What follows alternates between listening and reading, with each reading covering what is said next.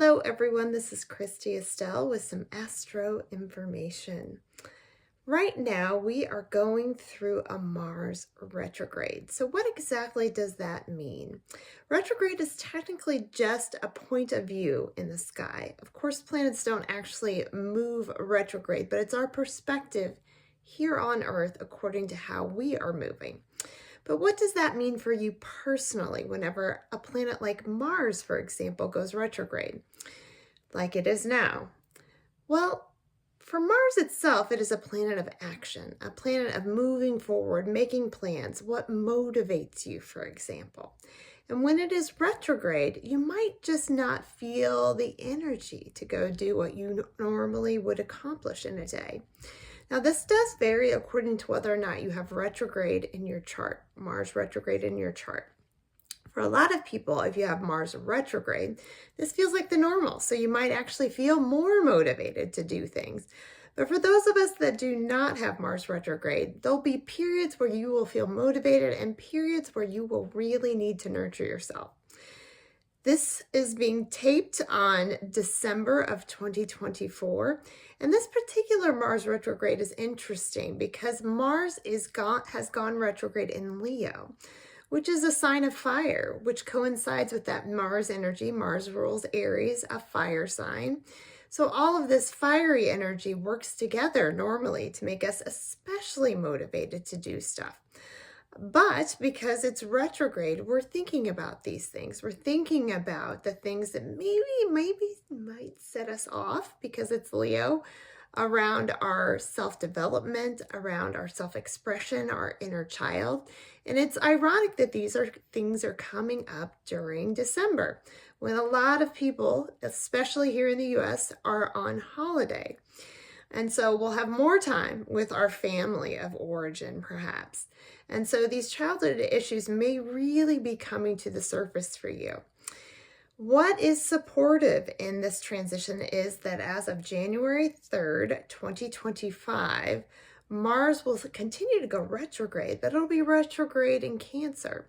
And so my joke has been that Mars going retrograde in Cancer will either make you feel extra gushy on the inside, or maybe you want to go cry in a closet. So it's not that direct confrontational energy of Leo where you're really seeing these inner child issues, but it is a family issue. It is a family energy, your family of origin, where you feel community, where you really feel like your home base is, your foundation. And this may feel a little unstable with Mars retrograde, or at least a little exploratory, where you're thinking about all of these things in your life and how they show up. The supportive aspect of this is it's also showing you exactly how you nurture yourself, how you do this in physical reality, and maybe where there might be some opportunity for growth or expansion in this area. I highly recommend that you go ahead and take a look at where Mars is in your chart and where it will be as Mars enters Cancer to see where that shows up. So it's a great idea as Mars is going retrograde into Cancer to take a look at where this Mars is in your chart, which pie piece, which house, and that will tell you a great option for developing self-nurturing skills, which we are going to need in 2025 as a lot of these energies move into feisty Aries.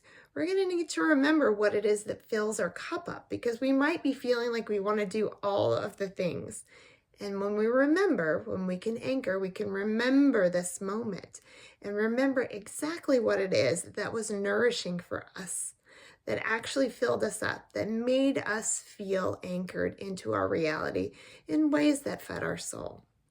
So I highly recommend, as Mars has gone retrograde, that you go ahead and take a look at where Mars shows up in your chart and really examine, as we are making these progressions, first of all, for the first month towards the end of December 2025, exactly what issues around self-empowerment, your voice, really being able to express that inner child and its needs and creativity, where there's more opportunity to expand there. Take some notes.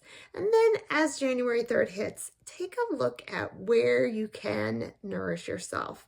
And you can see that again, perhaps in where it shows up in what house in your chart. So for example, if Mars was retrograding in Cancer in your first house, personal development, starting something new is a great way to nurture yourself. If Mars shows up in your second house, that is a great opportunity to just grab a warm fuzzy blanket and curl up. In your third house, reading a great book, very, very nourishing for you. Mars in your fourth house retrograding. That is an opportunity to just anchor into a community, whether that be your community of origin, your family, or the family that you have chosen. Mars in your fifth house retrograding, that is creativity. So starting a new project, if you're a crafter, doing a craft. If you're a theater person, maybe doing a play. Mars retrograding in your sixth house. This is the opportunity to create service. So what's nourishing for you might be going out and feeding the homeless, for example. Mars in your seventh house retrograding, talking with a really wonderful friend that supports you. Mars retrograde in the eighth house. This is the energy of mysticism. So perhaps getting a reading from someone that you trust. Mars retrograde in the ninth house, either teaching or traveling. Great. So maybe teaching a new course or just traveling to somewhere you haven't been for a little while. Mars retrograding in your 10th house. This is the opportunity to see that nurturing in your everyday experience. So which parts of your work really fill you up and which could use a little bit of a boost? Can you integrate more of what lifts you up in your work? Mars retrograding in the 11th house, a social cause, working with a group to progress something forward, whether that be social justice or the environment, whatever cause really unites with you. And finally, Mars retrograding in your 12th house is a great opportunity to use things like meditation or spirituality to connect with your highest self and nourish yourself from within. This has been just a brief overview of Mars retrograde 2024 to 2025. I hope this has helped you. If you feel like this worked for you, you can subscribe to this channel to listen to more just like it, or my Astro Minutes, which I publish just about every day to give you an overview in about a minute and a half or less of what's going on for the day. It's been so nice talking to you. Thank you for joining me, and as always, keep your astrology uplifting.